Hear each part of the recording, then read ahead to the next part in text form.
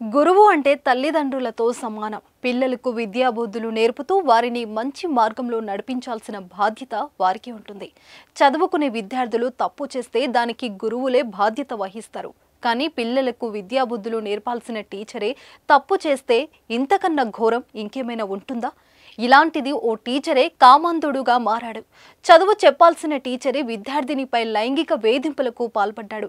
అంతేకాకుండా గర్భవతిని చేసిన ఘటన విశాఖలో చోటు చేసుకుంది.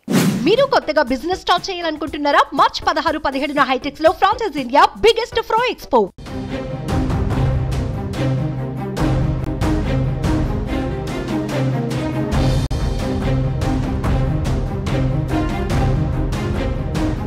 దేశంలో ఎన్ని చట్టాలు తెచ్చినా కానీ మహిళలపై లైంగిక దాడులు ఆగడం లేదు. దాడులు ఆగకపోగా వారిపై రోజు రోజుకు అఘాయిత్యాలు పెరిగిపోతున్నాయి.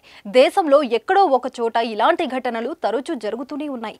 చిన్నారుల నుంచి మెదులుకొని పండు ముసలివారు వరకు ఎవరిని వదలడం లేదు కామందులు. దీంతో మహిళలకు స్కూళ్లు, కాలేజీకి, ఆఫీస్కు వెళ్లాలంటేనే భయపడాల్సిన పరిస్థితి నెలకొంది. తాజాగా అభం శుభం ఎరుగని ఓ బాలికను గర్భవతిని చేశాడు ఓ కామంధుడు. ఇదెక్కడ జరిగిందో ఇప్పుడు తెలుసుకుందాం. విశాఖలోని నారాయణ కాలేజీలో దారుణం చోటు చేసుకుంది. నారాయణ స్కూల్లో పీఈటీగా పనిచేస్తున్న దుర్గా ప్రసాద్ 9వ తరగతి చదువుతున్న ఓ బాలికను గర్భవతిని చేశాడు. బాలికకు మాయమాటలు చెప్పి లొంగ తీసుకున్నాడు.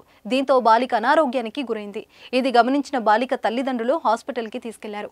వైద్య పరీక్షలు చేసిన డాక్టర్లు బాలిక గర్భవతిని నిర్ధారించారు. దీనిపై తల్లిదండ్రులు పోలీసులకు ఫిర్యాదు చేశారు. దీంతో నిందితుడిని పోలీసులు అదుపులోకి తీసుకుని పోక్సో కేసు నమోదు చేశారు.